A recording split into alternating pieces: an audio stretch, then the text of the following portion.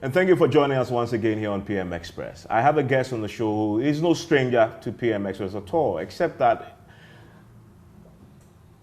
recently he's just delivered a very powerful lecture, delivering a brutal critique of our democracy at the Ghana Academy of Arts and Sciences.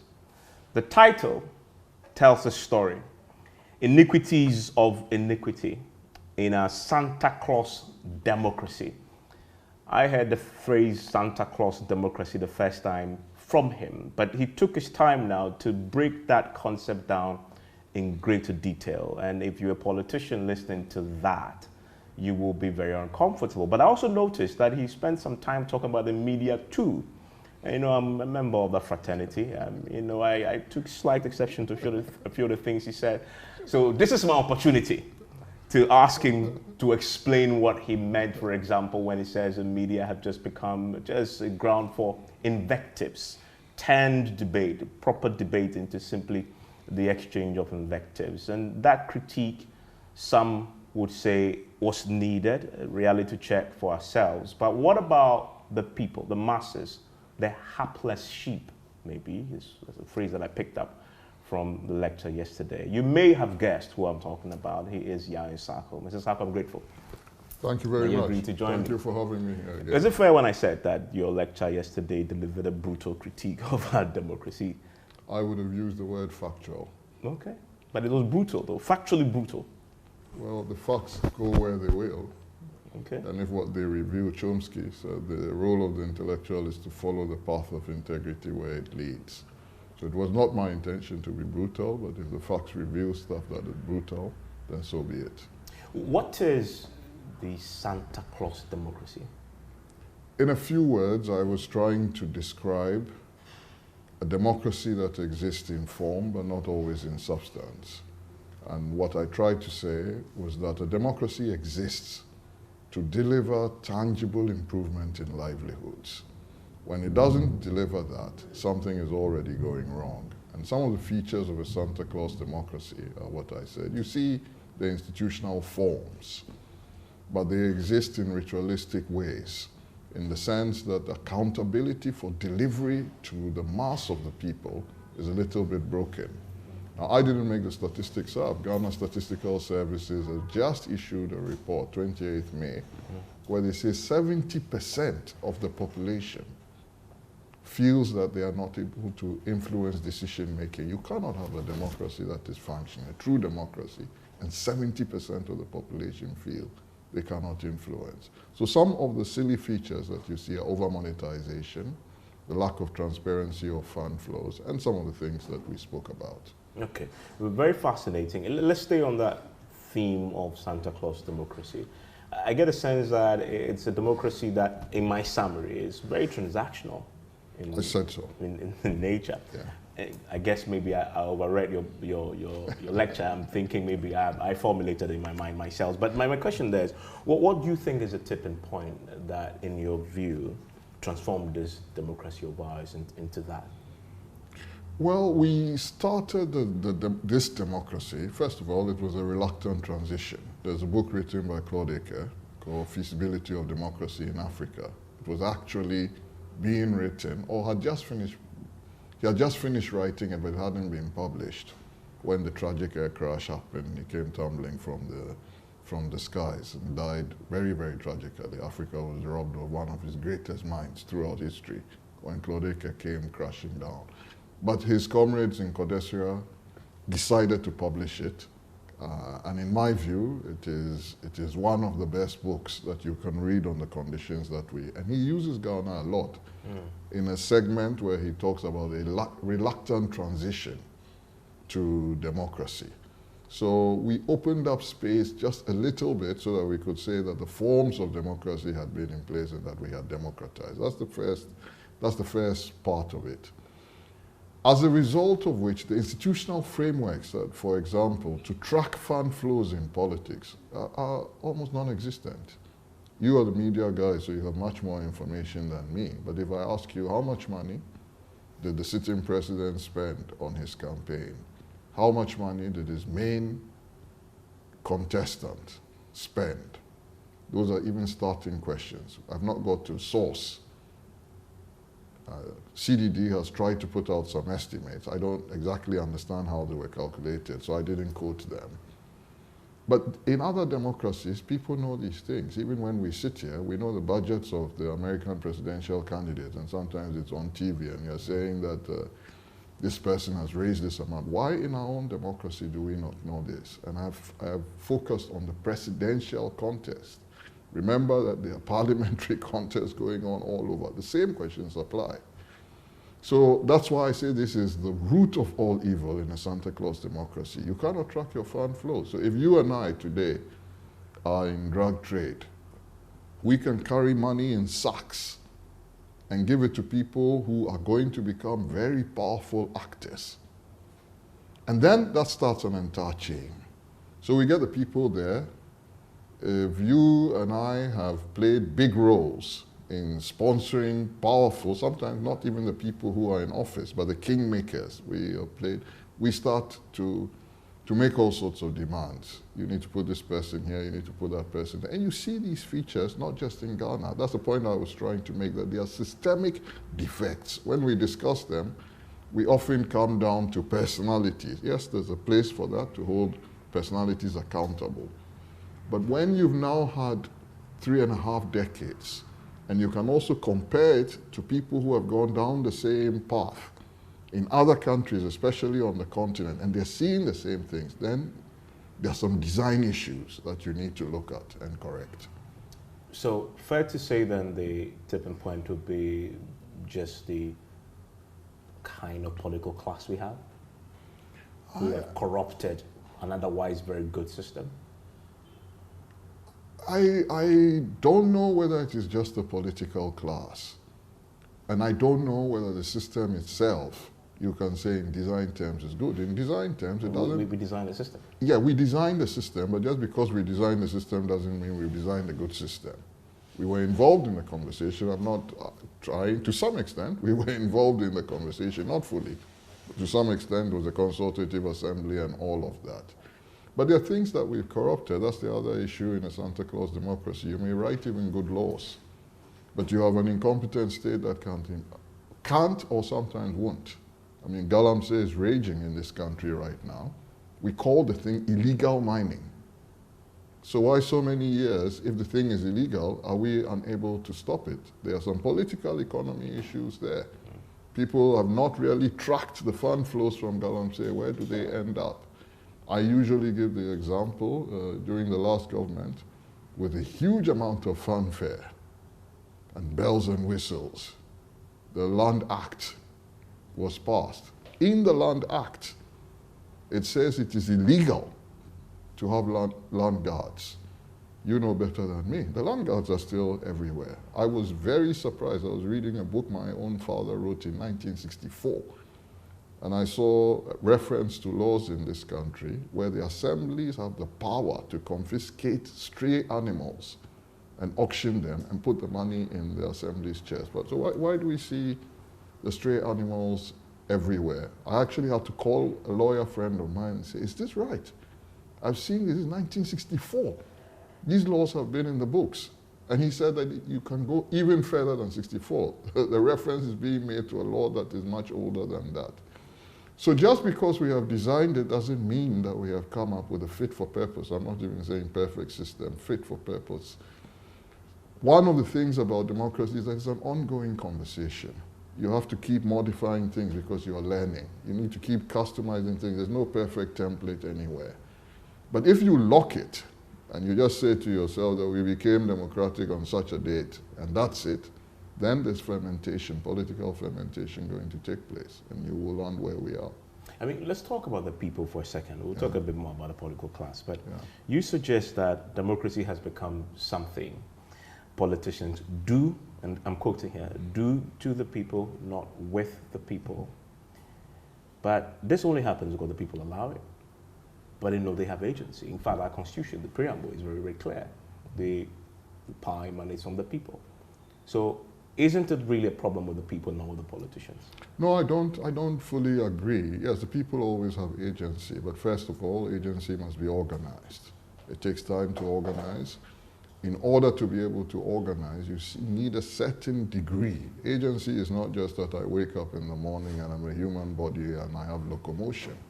You do need a certain degree of ability to raise funds, for example, to organize. You're living in a country where 20% of the population lives in extreme poverty. There's 41% multidimensional poverty. If I want to, I'm a rural peasant, and I'm on my own, and I want to influence and get a bill in Parliament, it's going to cost a certain amount of money. A person who is just about able to keep body and soul together, who has real challenges with even supplying the caloric content that they need to survive, is immediately imperiled. The language of power, for example, is alienating. There's so many people in our country that don't speak English. Our parliamentary proceedings, most of them are in English. So already, the language of power has excluded a huge number of people. So there are also demographic realities. The average Ghanaian is not you and I. I often point out to people, the average Ghanaian is a peasant, however much we try to disguise that. And when you look basically at income structures and so on and so forth, then you can see some of the disabling factors. So I agree that the people have a right to stand up, to make demands, they must organize, and they must push. But there are also systemic barriers. Who consulted you about the amount of ex gratia that must be paid to parliamentarians? Let's use them as an example. You feel that you had agency, you could say many, but how much real agency did you have? Some of these things are done, there's a quick consensus, they are done. And that is why you have now 70% of the population saying, we don't feel that we have an influence in the matter. It's not to throw stones at the political class and say there's a problem. It is a time for us to introspect and say, after 33 years, this is where we are. If we don't do something about this, it can go in directions that we don't want it to go. So we must start a conversation and together say that, let's begin the reforms. That's the other side of where then I become critical of the political class. When every question that is asked is met with, then you're in contempt. Contempt of the bar, contempt of the court, contempt of parliament. We need to be careful. There is a role for creating an environment of responsibility so that people are not just reckless and make defamatory statements, accuse people of things that they have not done. That's unfair. But we must also be careful that you do not create an intimidatory climate that becomes a de facto culture of silence, where people are just sitting, because that is when populist mechanisms are able to filter through the interstices and create confusion in society. So I hear you. Look, the people, the citizens of a country, always have some degree of agency. It's never zero. But you can also create conditions in which the agency is significantly handicapped. Eventually it will express itself somehow. Yeah, but for a period of time, it can become handicapped. You made the point that the average Ghanaian is a peasant. Yes. If you look in development history globally, peasants have always been often the foundation for eventual, economic evolution.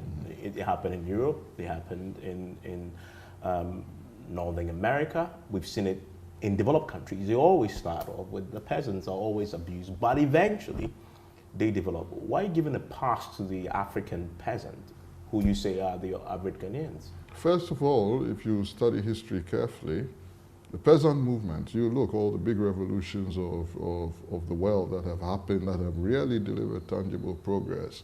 The peasants is the lesson of the Jacobins. If you read C.L.R. James, the peasants are usually being led by an intellectual class. It's very interesting, but just look at the history. What are the big revolutions, the contemporary ones? The Cuban Revolution, Fidel Castro was not a peasant. Mao was not a peasant. Ho Chi Minh was not a peasant. Lenin was not a peasant. And if we come closer home, Kwame Nkrumah was not a peasant. Amilcar Cabral, these were all intellectuals. So to just sit back and say that the peasants by themselves, spontaneous combustion, you will get social convulsions. But if you are looking for a redemarcation, remaking of society, what in my view is a true revolution, not the coups d'etat that we call revolutions in our part of the world, you need deep thinking. It's not spontaneous combustion, it's deep thinking. That is why they sometimes say glibly, the Enlightenment came before the period of revolutions. The philosophers were involved. You take the reforms in China, which the Chinese sometimes refer to as the Second Revolution. It was preceded by long amounts of thinking, and people diminish that side, that Deng Xiaoping, Zhou Enlai, and the others who were the original architects, the people around it, they were deep, solid intellectuals. And if you read the actual history of it, Deng Xiaoping was actually with the top, because in China, they grade the professors. So there's a clear hierarchy. He was with the top 32 professors. Top 32 professors in China for 5 days before the reform plan was announced. And then he went into with the top thinkers in the Communist Party of China. I forget the days, but it was a number of weeks. They went, they sat down, they thought very carefully about it. So I don't think that you can just say that it's up to the peasants to rise up. It's a problem for the entire society. And the educated people in this country have benefited from the back-breaking sacrifice and exertion of the peasants. We have a responsibility that, having got money from Cocoa for public education, I attended public education facilities all my life, primary school, secondary school, university. It was the taxpayer money of the miners, of the cocoa farmers, etc., that got me there. I cannot then, having benefited from that, turn back and say you're on your own. We have a responsibility. That's the way I look at it. So what then is the difference between the European intellectual who came together to, as you say, lead the peasants to economic transformation, and the African intellectual who, again, we've seen our own examples. You mentioned rightly Nkrumah. Nkrumah was not the only intellectual at the time. There were the big six. We still have them on their currency, but here we are. So what's the difference? I don't think there's a difference per se. The starting points were different. The starting points of when you talk about what you can today call modern European democracy was happening at the time the capital accumulation had already started. So you are talking about distribution of wealth that has been created. It's a very different conversation. How successful they have been, well, they were not necessarily in modern democracy. Yes, at a point in time they were there, but in their modern democracies, they were not starting from below GDPs of $3,000 per capita. So it's a different kind of conversation. You had long institutions and traditions. If you go back to when Cambridge University and so on and so forth started, the African has two challenges. They had the hangover of colonialism. That book by Claude talks about it. So our democratic project, actually, if you want to go back to the period of independence, started when the post-colonial era was ushered in. And the post-colonial era, what we declared as independence, Amilcar Cabral said this and got into a lot of trouble. He said, what kind of independence are you talking about if you are not in control of your sovereign productive forces? If you read Amilcar Cabral's Return to the Source, he talks about this in there. He says, you have an anthem and a dark-skinned president, that doesn't make you independent.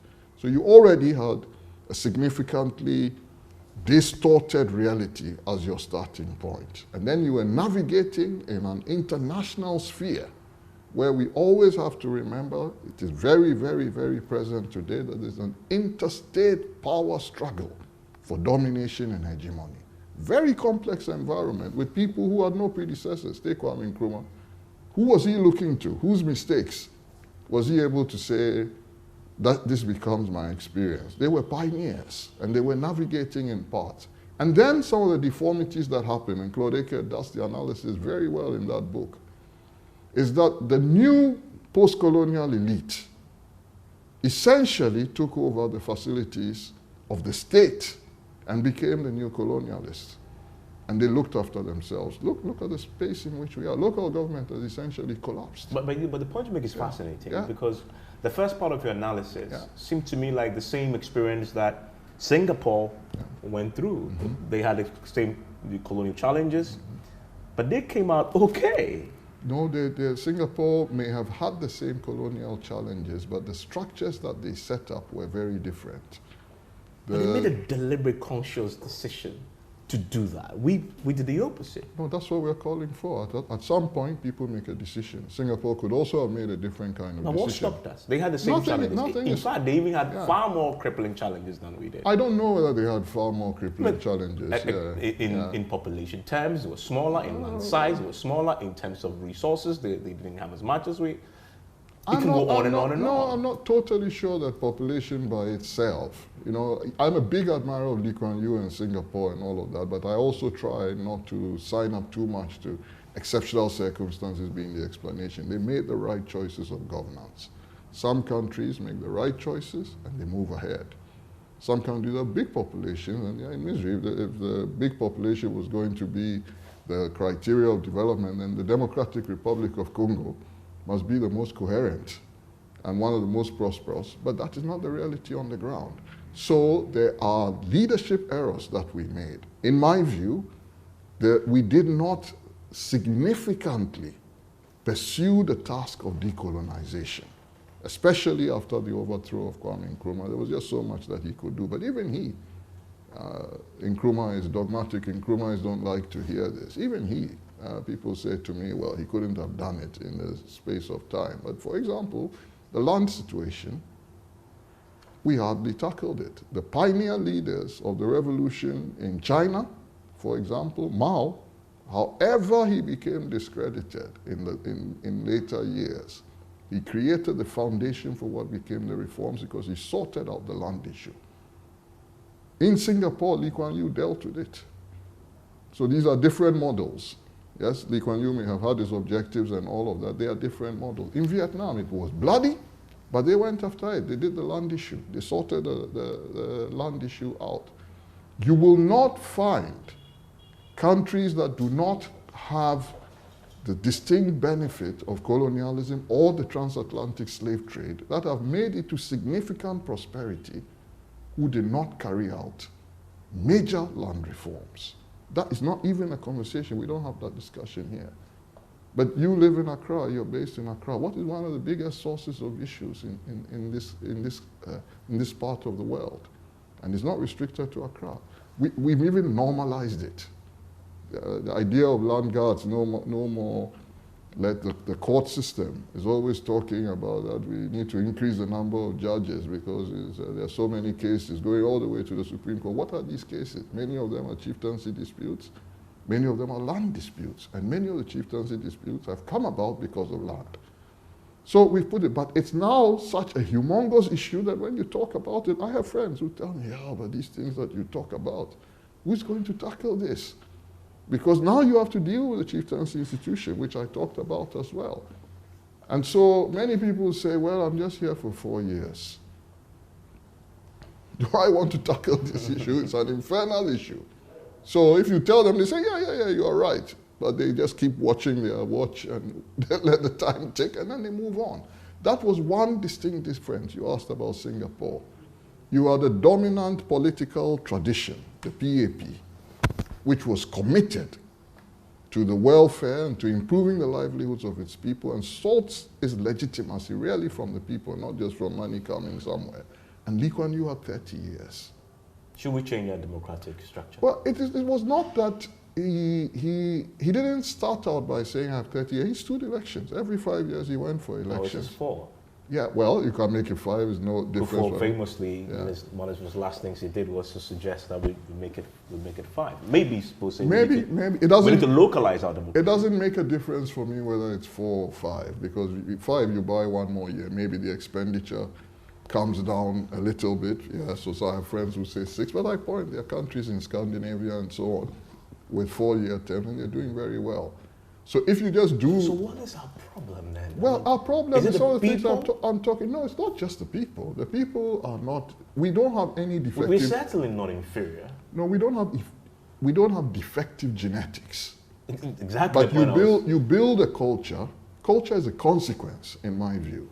If you're able to build a competent state, that competent state can enforce law. I give the example, we were in Singapore once, somebody took a substantial amount of money from the ATM. It was an Indian guy. And he panicked because he got a call It was an important matter, so he walked away, and before he knew, he was in a taxi and went to the office. And when he discovered that he had left the money at the ATM, in a place that was a little bit obscure, he panicked. But all the Singaporeans said, what are you panicking about? Don't worry, just go, your money will be there. He went, it was there. So the rest of us were like, how did this happen? Because the people walking over there.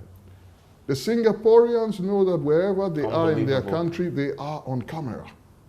It's not just that they are born honest. You go and take that money, the police will figure it out very quickly.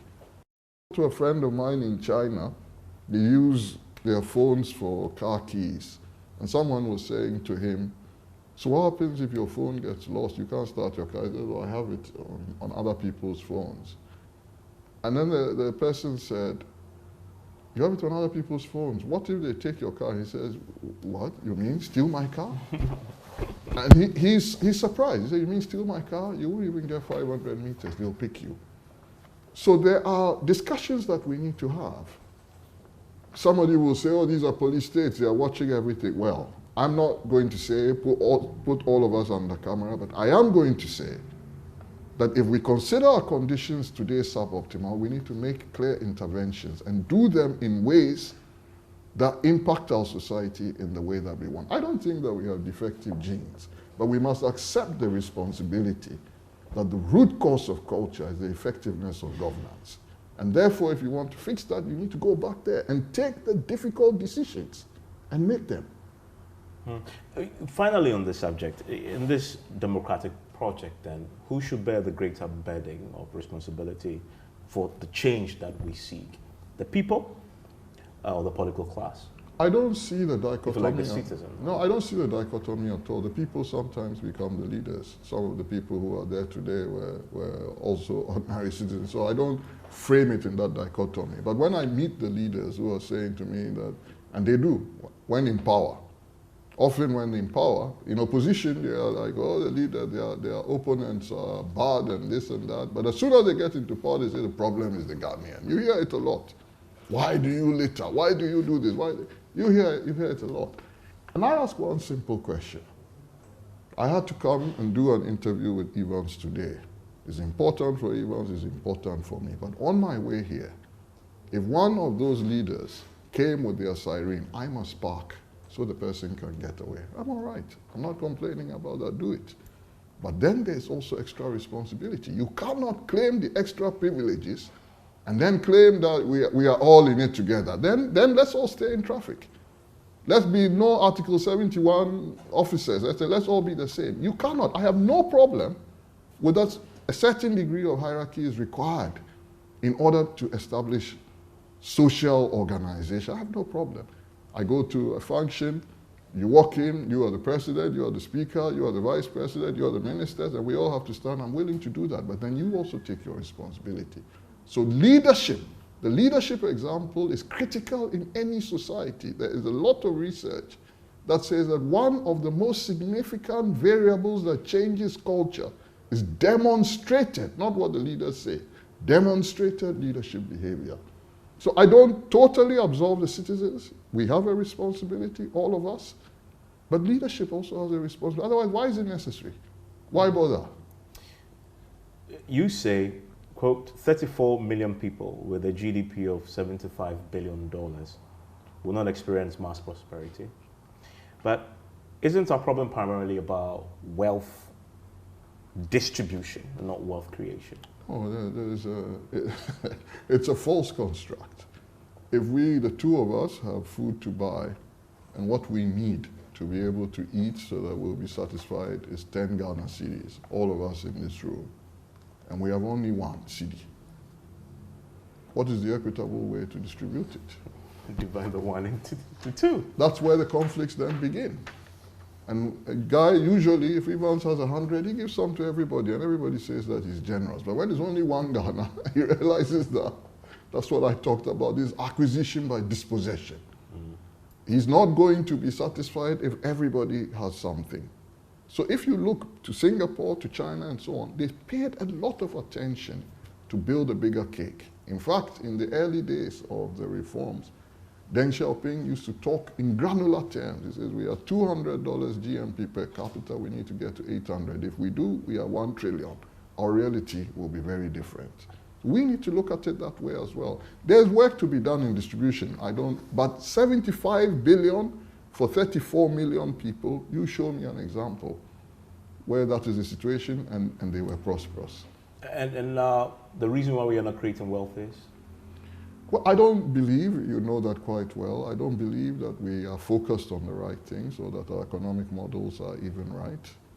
We need to look at things very differently. If you've not got your fundamental issues like land management right, you show me a country that has moved from poverty to prosperity without sorting out the land issue. Yeah. Those that did, they had colonies to go into, to extract wealth. They kept those people as peripheries, marginalized them. They got cheap labor through the transatlantic slave trade. But one of them is exactly that we've not sorted out what I call the productive forces. That's natural resources. You don't have sovereign control over. And then we've also not prioritized knowledge. And when I talk about knowledge, I'm not just talking about certificates here. There are people who have no certificate, but they are true intellectuals. They examine society and they come up with answers but we've not prioritized it. We think knowledge is something that, yeah, well, it's nice to have. It has to be at the center. The primary productive force, knowledge, science and technology, an attitude that reveres facts, no matter where they take us. That has to be, we are sometimes a little bit, I make fun when I'm talking casually to people, my own friends, so I'm not looking down on anybody. It's a big event, sometimes even a public event. Big event. Then they say, it was rained off. What do you mean? In 2025, when you wake up in the morning, you can check the weather forecast. So why are we surprised? But it's very much like us. I can give many more examples. Yeah. Which festival, any of you that have been to a festival, tell me, which festival have you ever been to that you know the start and end time? We are a bit like that. I was attending a funeral. It was a Ghanaian funeral, but it wasn't in Ghana. And I wanted to arrive at the time that a specific group arrived. You ask the question, you say, well, we'll be there 5, 6, 7, but if we are late, 8 will be there. So I said, please call me when you are going. 9 p.m., I get a call. Oh, we are now rushing there, come. And these things that I'm talking about, we're a bit used to. Even when you complain about them, you say, oh no, this guy has become a little bit too rigid. That's the way that we do things. That said, there are good examples as well. You know, I would say, I was speaking on the academy platform, they were bang on, strict about time. We went exactly according to structure. I can give the example of you guys here today. You gave me a time.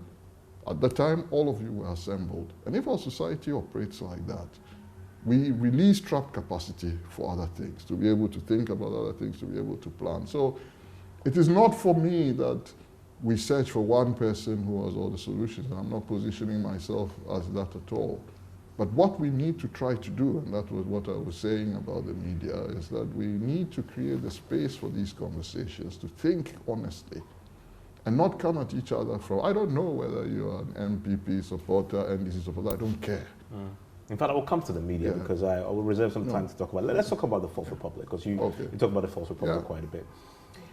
Your verdict on the Fourth Republic is pretty damning. Well, it's not my verdict, those are the facts. Okay, the facts. The facts. Let's say that. Yeah. But my question then is, and I know you, in the first part of our conversation, you analyzed the Ghanaian problem. You traced it to colonialism, post-colonialism, the challenges, the structure that was there. But the Fourth Republic certainly cannot be said to have been encumbered by that. I mean, that gap between the Nkrumah era and that is so huge. But the verdict, as you say, the facts, will point to the fact that we haven't made as much progress in the last 30 plus years as we should. So what have we been doing in the last 30 years? First, you seem to assume that by the time we got to the Fourth Republic, we should have had sufficient real de facto sovereignty to make decisions for ourselves and so on. I saw a news item only yesterday, I think it's you guys who put it out, education of parliamentarians. I don't remember the exact words, so nobody should crucify me if I get it exactly wrong. But I think it was something about economic supervision, economic literacy, or financial literacy for parliamentarians. Yes. Yeah. Where did the money come from? £800,000. Where was the money coming from? In order to be the World Bank. Yeah. So you're going to sit down with people to negotiate. You want to be able to chase a certain agenda. Sometimes it is very aligned, there's nothing wrong with that. But you may be disagreeing with them. And people give you money to educate you. Would you ever be in a situation like that, that you're going into, say, a major negotiation with me? What's the alternative? Yeah. We don't have the money. Well, you don't, but so then you understand, that's the point I'm trying to make. I'm not saying don't take it, but you understand the constraints or that you are facing. Self-imposed constraints. They're not necessarily self-imposed. They're not necessarily self-imposed. You are playing within a certain international structure. What we need to learn better is, first of all, you're playing within that international structure, and you yourself are fragmented. You're sitting down, and what matters to you more, sometimes nowadays I think that even the Ghanaian identity has been submerged to partisan identity. On what can you tell me that there's consensus between the NDC and MPP? Well, beyond ex gratia. Okay. So you mentioned Article it. 71. I hope we are not hauled for contempt. So you put those which are about themselves. Yeah, we are in the 6th month after an election. Whenever I read the news, what is it about? The MPP is totally fixated on who is the next candidate. When are we having Congress? When you listen to the parliamentary debates, the rhetoric, and this happens a little bit involuntarily, but it tells you something about the system. You keep saying, we too will come into power. We too will come into power. If you change this, we will change this. We will change this. As soon as it changes, the people who have gone into opposition will also start the same thing. So this democracy, as you said, and I agree totally, has become a transactional expedition, which is a de facto carousel on which political actors are playing for a change of baton for themselves. But you say we shouldn't uproot it. I'm not saying that we should not uproot the Santa Claus democracy. I'm saying that there's a true democracy, and we should not say to ourselves that what we are doing discredits democracy. How do we uproot the Santa Claus democracy peacefully? Well, I pray that it will be peaceful, but it is not inevitable. I pray. I this morning was having a conversation with somebody I don't want to name, and he was saying to me that, oh, you're anti-coup. I said, I'm not anti-coup in the sense that I dismiss the causal factors of coups. I understand what causes them. What I am saying is that we do not have the historical evidence that it leads to a better society. But that means that we must start now to reform certain things. To answer you very quickly, I am clear in my mind that if we allow this degree of inequity, poverty to persist, and we don't attack it with a double-fisted approach, we are setting the conditions for the country to go ablaze. So if we need to focus on something, it will be that we cannot expect that the majority or a significant part of our population lives in indignity, and somehow we will find a way to keep that indignity peaceful. It just doesn't work. Can I put my foot on your neck while I'm drinking champagne? I say to you, Evans, don't protest. Life will be fine. We are all good. We used to call it peace of the graveyard. But that's for corpses. In real life, and all of us must be concerned about this. We are not talking about abstract history. It has happened. Today, if I say to you that who are the people who are likely to be attacked if there was a social explosion, you don't see yourself as one of the big rich men who should be attacked. But is that true for the guy who stands in the sun for 12 hours or 8 hours or whatever it is to sell a dog chain? When he sees you, he thinks that, hey man, this guy has it good. So in his mind, you are the enemy. And therefore, none of us is safe. And we must see it this way and try to intervene so that we're not asking, it is utopian to think that everybody is going to be a billionaire or even a multimillionaire. But you cannot condemn 17.7% of your country to open defecation. 20% are living in kiosks and containers. We haven't even counted mad houses. 20% in extreme poverty. Is extreme poverty. I'm not saying poverty. Extreme poverty. 20% of your population. The indices, you know better than me.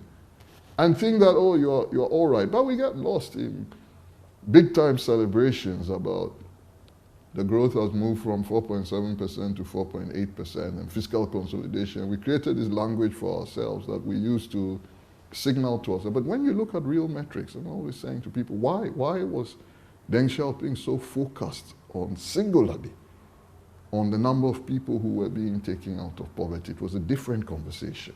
Recently, I was looking at some statistics. Since they started the Chinese reforms, the average height of the Chinese male has gone up by almost 4 inches. What is the figure in our case? We don't even know because we don't have... You mean literal we don't have, height? Yes, height. It started from a conversation where somebody said to me, the Chinese are very short. And I said, but who told you Ghanaians are not short? And he was like, what are you talking about? You're just trying to... I said, no, I have no particular attachment to I'm not going to make up facts about China. They've done certain things that are good, and therefore I study them, but I have no particular attachment in that regard. But let's look at the facts. What do the facts reveal?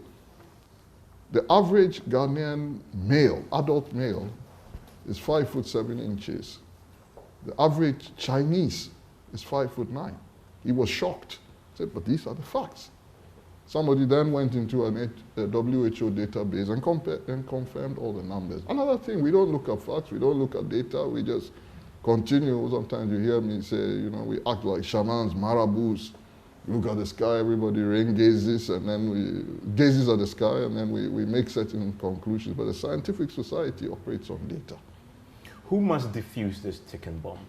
Well, you guys have a role. You don't like me to say that the media has a lead role. I try to explain that it's not just about sitting down and throwing stones at the media. The media also has to be enabled. You have to create a certain amount of space. You cannot, in a country like this, a poor country, 75 billion GDP, you have 700 media stations or media owners, 700 plus. How many of them are going to be able to become, what is the econometric model that we are pursuing in the media sector? So I understand. That needs to be modeled. And then you need to create the legal environment so that whatever is the resultant model, I think that the media needs a certain degree of consolidation. But yesterday I asked the question. So the process, we say this is a democracy and the citizens have agency. Okay, you tell me the last 10 media licenses that have been granted, what was the criteria? Do you know? No. I don't too. Do we not deserve to know? Should this not be published somewhere? And we are able, not that, because maybe I am seen as a very partisan person, so I can use you as a front easily. So it's not just our publishing names. You have to have the mechanism to be able to trace to the last mile of detail, to be able to follow the money and see where it is coming from. And it's those things that change a society and culture. So when I say these things about the media, I'm not saying the people in the media today are bad. I'm saying create the environment. How many brands has multimedia had to create in order to be able to have reasonably, I don't think it is even everywhere in the country, but to be able to have a reasonably national presence? So many. Why? Creating a brand is expensive, but you have limitations of the law on how far, say, Joy can go. It has nothing to do with technology. Why are we not liberalizing that so that the money that you're using to build those brand identities, you can, for example, invest in training journalists? And you are one of the bigger, more successful ones. So if even you face these constraints, imagine these smaller ones. How do you respond when I put it to you that this society has the media it deserves? You could say so, in the sense that we have the responsibility for creating the law and the environment. But if we believe that we can hold politicians accountable for what they do, we should also hold the media accountable for what it does. I accept my side of the responsibility. Etugru Ekobrobe, I said so yesterday, the peril of his life, I was there at the time. If you look at the book that he published on it, you see my name on it. And I know the guy who later they fell out and so on, but Akufo-Addo and the others were the people who helped Akoto Ampao and so on and so forth. Otherwise, he would have been thrown into jail. He pried open this space, so he did something on the behalf of citizens. I agree. And citizens also have to be able to speak with a certain degree of censure. It's not all about just political agents. If I'm here and I'm insulting people and so on and so forth, there needs to be a certain abhorrence that comes from the society. But these days, when you go on the media and you hear some of the things that are being said, some of it is enabled. But you shouldn't be surprised. I mean, the journalists and media owners are all products of the Santa Claus society. Yeah, but it is not the West in our society that should be granted licenses to own media. You think the West society have been granted licenses to own Well, media? if people, I'm not saying all media owners are the West, but if people do not find anything wrong with people sitting on their studios and sometimes using profane language, sometimes incendiary language that can send the society, and they do nothing. But they have an audience. And these people keep coming. They have an audience. Yeah, but what is your responsibility The audience then? feed that sort of thing. That's why. So you are getting the media. You are getting audience reaction. You are shutting it down. So this is a member of the audience talking about it. That let's not normalize this, because there's a generation. Yes, I understand. If they see the politicians doing that, that's how they speak to themselves. There are some programs that if you invite me to, I will not show up on it. Because if facts and data are not the basis on which we are going to have a scientific conversation, then we're going to get into a conversation about, Evans, I don't like your glasses, and you too, this and that, and so the things that we talk about, which is not right. So it will not be sorted out by the snap of a finger. But do we first of all acknowledge that there's an issue? And I'm not saying that there's necessary multimedia or any particular, but in aggregate there's an issue. And we talked about some of the systemic issues. We need to re-equip the National Media Commission. I remember how the NCA originated. I was there. Kofi Kumado at the time was the NMC chair. Go back to him, he'll tell you the history. Even the clarification of who does what in that regard never really existed, because at that time there was a little bit of a struggle. The NMC was trying very hard. The Kumado National Media Commission was trying very hard to put some barricades around independent media, and there were political actors that didn't like it. So there was a little bit of a maneuver. If you go back to the constitutional history, it would be good for you guys if he will grant you the interview to talk to him, and he knows the history. Maybe Rekugrobe will, I don't know whether they know the history, Kwame Karikari and so on, they know the history much better than me. So we might just sit back. We're not accusing anybody. We're just saying where we are in the media. I don't think the media people themselves wake up and say they are proud. And it's not unique. So many professions are not necessarily proud of whether you talk to the architects. They know deep within them that they can plan cities much better than we have, but they don't have the space. But the first thing towards revolutionary change is what we call critical awareness. Is to accept that we have a problem. I think the psychologists call it an insight into your condition. That's the first thing. If you deny it, you're lost. Let's talk about the dynamics that you elaborated on between the state and the private sector. Sure. And there are some who say, is it not really in favor of the private sector? I'll come to that. You argue that the state must play a bigger role in this transformation. But thinking about it, right, everything else you've said shows we've had institutional decay over the years. We've just left it to just rot. I mean, what makes you confident that the state can rehabilitate itself or can be rehabilitated after these years of decades of institutional decay? No, that you had decades of institutional decay doesn't mean that you're dead and buried. The state exists, and there's incentive systems and processes that you put in place to rehabilitate the state. So when I say that the state must become assertive and drive and create the context for the private sector to thrive, it is not this state in the way that it is right now. It is this state made competent. That must drive that.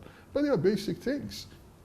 Talk to the private sector actors. When people say I'm against the private sector, I'm a private sector guy of 3 decades and more. How can I be against the private sector? But I'm sharing my experiences. Today, you go to parts of the country, the private sector is expected to make roads.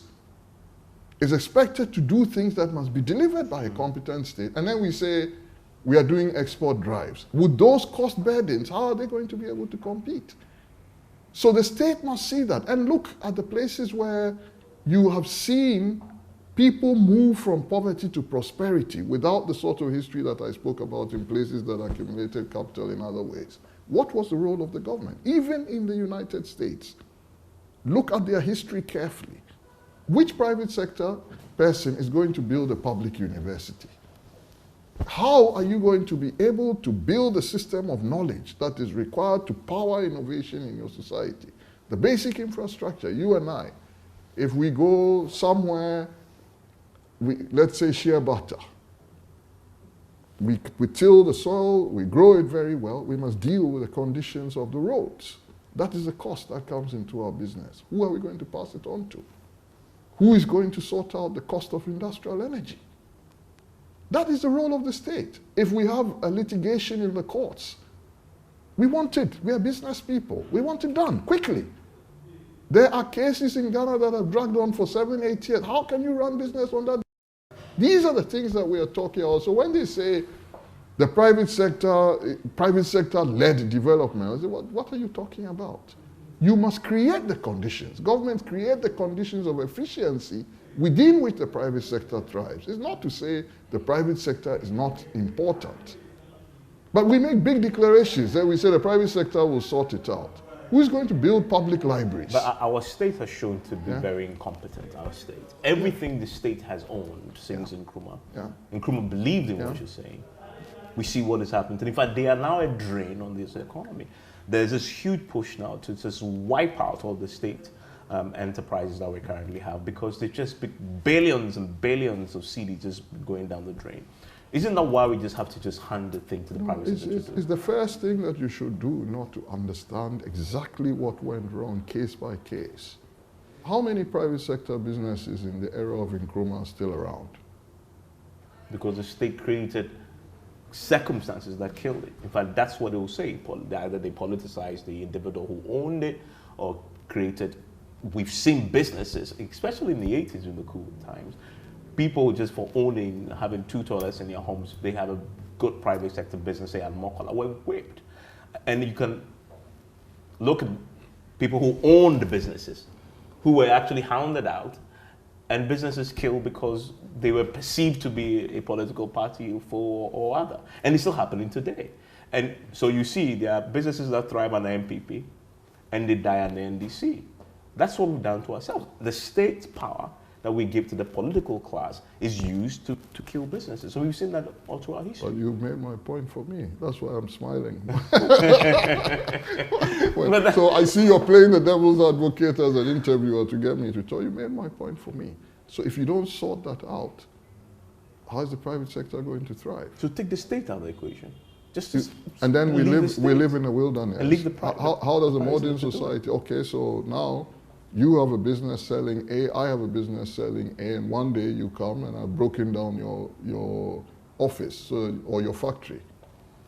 How are we going to resolve that? We go back to where life was nasty, short, and brutish? You need arbiters. Who's going to be the regulator that ensures that we are all ethical, that is protecting the citizens of your country because the service is good, the product quality is good? Even Adam Smith, go and read the original works. Even Adam Smith, people misunderstand what he meant by the invisible hand. He saw distinctly what the role of governments in managing markets is. Later on, very, very much later, Giovanni Arrighi wrote Adam Smith in Beijing. Read that book. He talks very clearly. The idea of an invisible hand in which you just have the private sector just running around, there will be total entropy, total chaos. So you need actors. Markets need to be regulated. They need to be impartial institutions that private sector people can use. I need to be able to go to a competition commission. If I'm competing with Evans and I feel that he's using underhand methods, his pricing is being done in a way where he's completely dumping, you need a competent state to deal with that. But if I go to the state and I go and complain and I'm told that you are from party A, but Evans is our guy. At election time, he gives us money. So you, Yaw Nsarkoh, with your plenty talk, you go to hell. or you end up where we are. Let me clarify. Are you against privatization in principle or the way it's been implemented in Ghana? No, I said so in my lecture that I am against it when it is not done properly. If it is done just a matter of blind ideological faith, it will precipitate crony capitalism and oligarchs will take it over. It's not a Ghanaian problem. We have seen it in Russia and so on and so forth. Shock therapy. Is that not what it led to? If you don't create the right law-based context to manage these things, there is a certain outcome that will emerge. So how can I be against privatization when I'm a creature of the private sector? No. I even went as far as say that the private sector is critical. It plays a critical, important, and vital role in the process of wealth creation. But the market must be governed, and the private sector is not going to govern the market. There's something you said in your lecture, and you asked the question, if the state is good for nothing, how can it be left to run the executive, the judiciary, the legislature? I mean, but isn't that precisely what the point people are making, that the state is not working and simply cannot be trusted? We have to find a new model. It's like saying to your child who comes home, you're very troublesome, so I'm going to have another child. That is total irresponsibility as a parent. You cannot function without a society in modern times without the government. So if we acknowledge that the thing is broken, then let's have the conversation about how we are going to sort it out. We're witnessing the Trump in the US where they're trying to take the state, well, I mean, I think the Democrats who are very enamored by that, let the capitalism run the state. Trump has shown very transactional. That the state, he's rolling back all of Trump's socialist tendencies, as they accuse him of. The Obamacare has been rolled back, and they believe that's how the state should thrive. And U.S. is doing well. So, and we don't want to go to the U.S. When the U.S. threatened us recently that we're going to be added to the countries that will be banned, our government is running helter-skelter trying to find a solution to that. We want to go there. The privatization is the order of the day. Why are you preaching otherwise? Trump USA is doing well? Well, yeah, he says that initially it's going to be difficult, but it's going to turn around. Let's do a survey. I try not to be distracted by what is going on in America and Trump and so on. I say let them deal with their issues. That I think we're too obsessed with these things. We should focus on, of course, you have to understand the world and know the context within which you are navigating. I'm not so sure whether they feel that they are doing well. The United States of America is the most prosperous society in human history. In human history, all of human history. Capitalism, private sector. It has close to 13% of extreme poverty. Well, yes, 13%. How do you explain that? 13% compared to ours. The most prosperous society. They have decaying infrastructure, telecoms. You go to the United States, it doesn't really work. So they've not sorted out everything. There are things that we can learn, for sure. Their higher educational system is one of the best in the world. In my view, that is the strength of America. The ability to commercialize innovations and so on and so on. I'm not saying everything is bad. But when you say to me that America is doing well, I say, okay, the jury's out. Yeah. Maybe it is, maybe it is not. I don't know, but that's not my concern at this stage. At this point, I'm focused on how can Africa do better for itself. Let's talk about the educated elite. Yeah. And I think you believe if there is a way out of this quagmire, they must lead the charge. I think you place it there. Intellectual, the intellectual elite.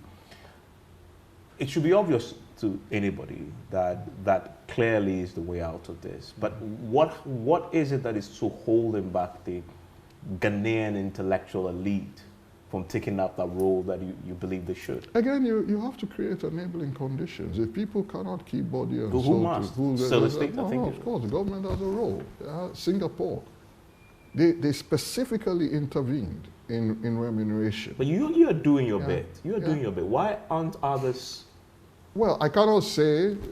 Others have done even more. I'm not talking at a time when there were people of father's generation and so on and so forth. Some of them were actually, they don't like publicity, so I won't mention their names. Yeah. Some of them were there last night. People went to jail, which I've never been in jail. People ask me all the time, nobody has touched me. So we are in a environment of relative freedom. And that's why I also said that it will be totally uncharitable to say that even the Santa Claus democracy has brought absolutely no benefit. That's not true. I lived in this country where in order to be able, we couldn't have had this conversation. So let's face it, there's been some progress. And even in material terms, the degree of consumer goods availability and so on and so forth has gone up. If you look at some of the basic consumption indicators, they are better. But there's a degree, and I called it that. Andre Gunda Frank and Samuel Amin used to call it lumpen development. There's a degree that is a modernization of poverty. You go into these posh places, don't want to mention names and offend anybody, we don't have roads. There are multi-million-dollar houses, but we don't have roads going to them. You see water tankers.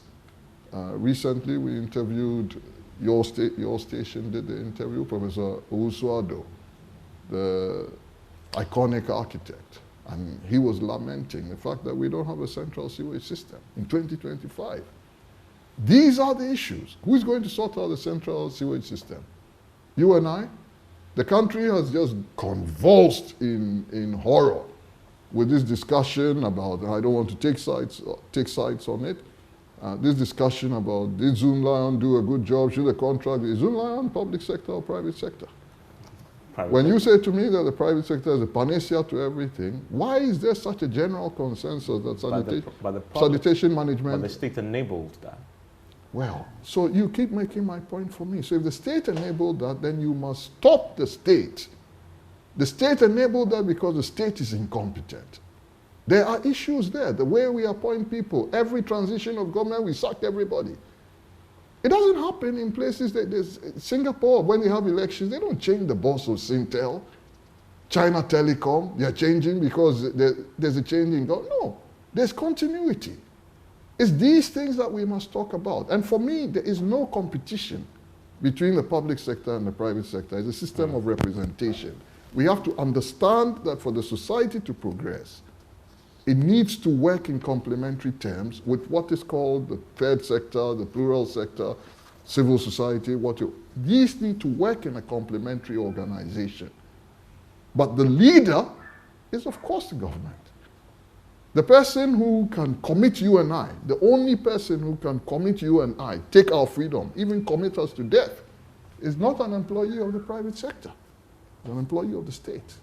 That's the sitting judge. We have the legal right to examine the facts and say that Evans Mensah must die. Those are not small powers. Let's end by looking at current realities and something you said. Only the organized, only the motivated, only the diligent will prevail. Now, do you see any of these qualities in the political leadership over time? Rather than talk, say in the last 8 years. I'm before the media, and I want to be provocative to the media. So rather than sit with the media and talk about the political class or the church or so, I want to talk to the media because I'm with you guys. And I would like to see a Ghana Journalists Association that is playing the role that the Ghana Journalists Association was a major force for the demilitarization of politics in this country. It is playing a role, I acknowledge. I know the president in the battle against Galamsey and so on and so forth. But it must take up the systemic issues of the media. And whichever other they are, the independent broadcasters and so on, you do your bit. Take that bit. I don't want to sit here and I've had enough to say to the politicians. I'm leaving a message to the media that you have a very, very significant role in nation building. And see it as that, snatch the leadership and play that role. And if you advance the society, and there's a certain degree of self-interest. The way I put it to you, that this is utopian. We can do our best, but we cannot. You say the government and the leadership, they have the powers that we've entrusted to them. We've given our sovereignty, we've yielded it to them. The media can be as effective as you predict, as you hope for, but we cannot bring the change that you envision because we can only do so much. Isn't this really a question about... I'm not asking for a change to society. Political leadership? I say the media The media itself, I'm asking, you asked me to talk about politicians, and I said I don't want to talk about politicians. I want to talk about the media itself improving and upgrading. And the media people have a role. I mean, to what end? I mean, yeah, so we improve and upgrade, but would that bring the ultimate change that you envision? If every sector improves like you, yes, it will. But I'm not asking for immediate. Change in society is always long term. Yeah, it's this neoliberal thing that makes us feel that we can develop like fast food. No, it doesn't happen that way. So I'm just saying, yes, I could have a message to the political class, but I spoke for an hour yesterday. I'm not going to rehash the things that I said. And now I have an opportunity that I didn't have yesterday. And I'm saying Evans Mensah is a leader of the media too. So let's look at the best case scenario. Yeah. What does a reformed media look like for you? When you look in reality. Even here in Ghana, there was much less noise on the media around, say, 2000 to 2010. Yeah, there were feisty debates, but you listened and you learned a lot. And you guys were able to attract some of the, what, I don't like the expression, but the luminaries of professions. You're starting to see that that doesn't happen anymore. Especially the smaller stations, you guys may be still able, but the smaller stations, and this is why, that's the dynamic that sets in, where the thing becomes a vicious cycle. When you tell them, they say, yeah, but if we invite you, you won't come. You only go and sit with Joy, and then you say these things. And I won't come because I'm not going to sit somewhere and somebody insults my mother, and then I respond and insult their father. I'll never do that. So the media has, when you go to certain countries, Singapore is a good example, I've mentioned it a lot of times today, you watch the media, even if you watch Chinese television and so on, and there are many Western houses as well, let's give that to them. You watch the media, for an hour, you leave, you feel that I'm really upgraded. We have so much noise. Pentecostal virus, Steve Okecha calls it, shouting, noise. Somebody is saying, and then when we were having the Congress, I gave 1 CD and you gave 50 pesos, and then it's a 1 hour debate, and the media is funding this. What are the people of Ghana going to get from that? The media must survive in order to anticipate, even hope to bring up the change.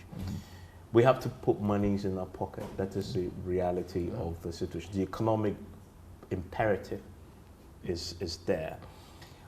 We must deliver large audiences to advertisers. That is our reality. Okay. So we must also do things that will simply put monies in our pocket. And if we're all going to just go on this, crusade of trying to reform so much that we are so refined to deliver on your expectations, we'll be very, very poor. I'll ask you a question just to provoke you, because you're swinging between making my argument, questioning my argument. You keep on saying, essentially, the state, the leaders, the political, I totally agree with that.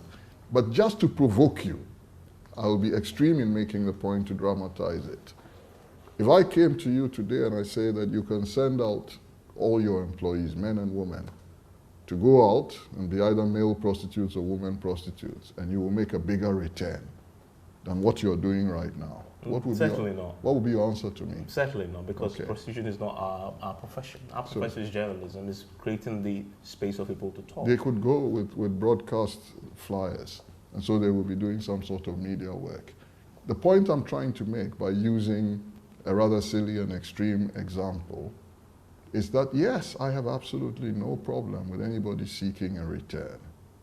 I also understand the causal factors. I analyze some of them. That's what I meant by the fragmentation of the media, the lack of viability. So I get it.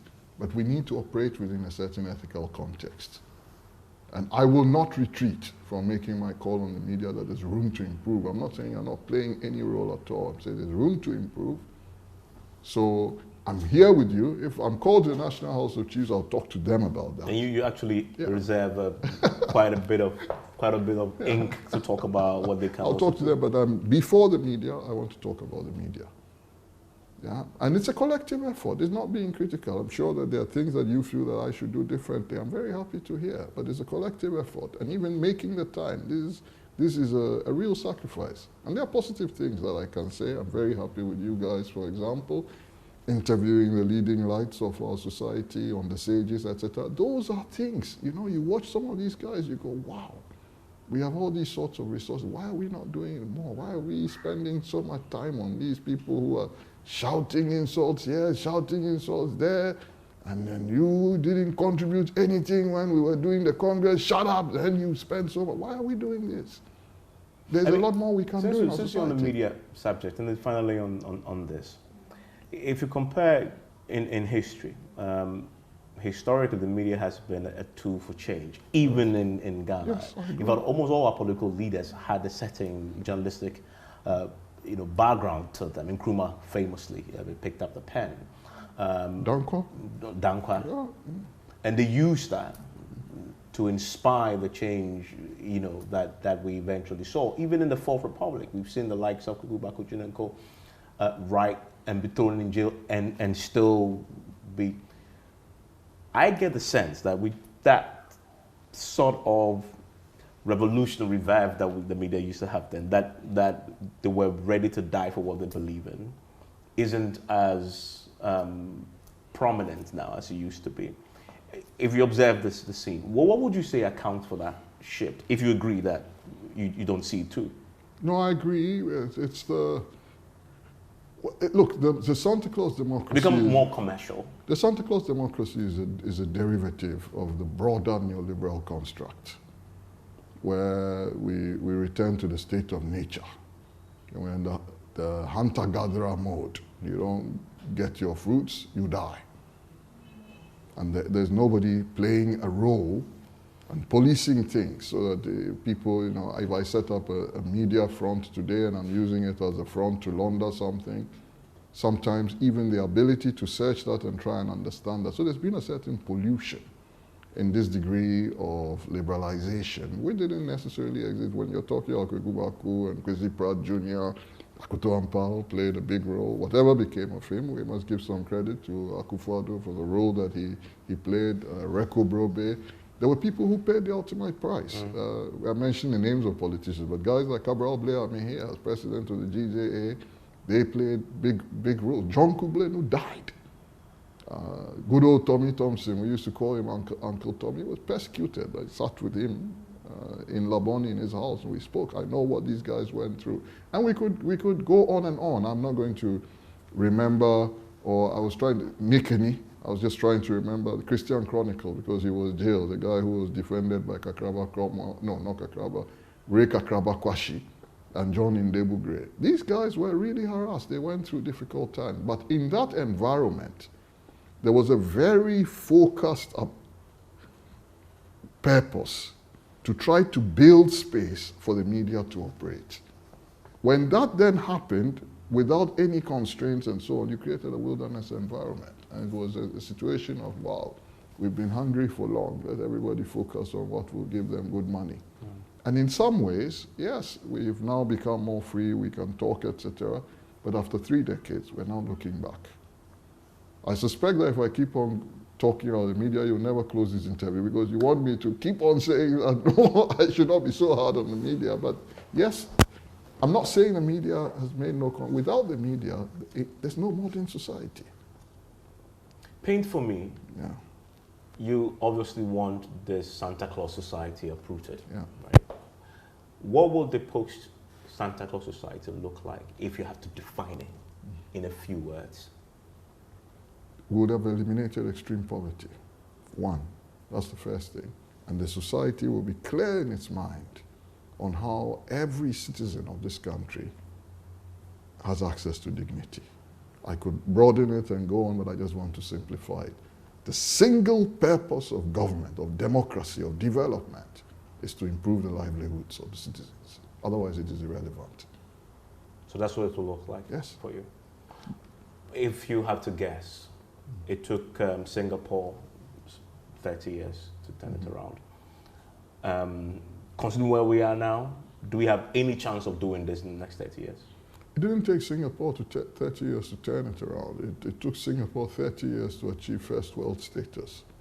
I'm not, in fact, Deng Xiaoping, again, it's not something that is very well known. He used to say we don't need to be as prosperous as Western countries because we have a different distribution model.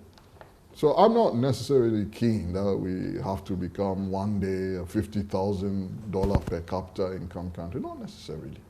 But let's sit down and do the model. In our circumstances, with proper distribution, where do we need to get to so people live in dignity? And the Chinese will tell you, said, when you do the per capita numbers in some of these Western societies, they're very impressive. But the problem is that the wealth there is concentrated. So we need to pursue it in a different model. And some of the ways that by which you distribute, I talked about, not just progressive taxation. If the cost of food is low, the cost of energy is low, the cost of housing is low, you are enabling people to access. You deliberately put money behind research to do housing that is called low cost, but it's not low cost because it condemns you into indignity. You're taking people off the streets.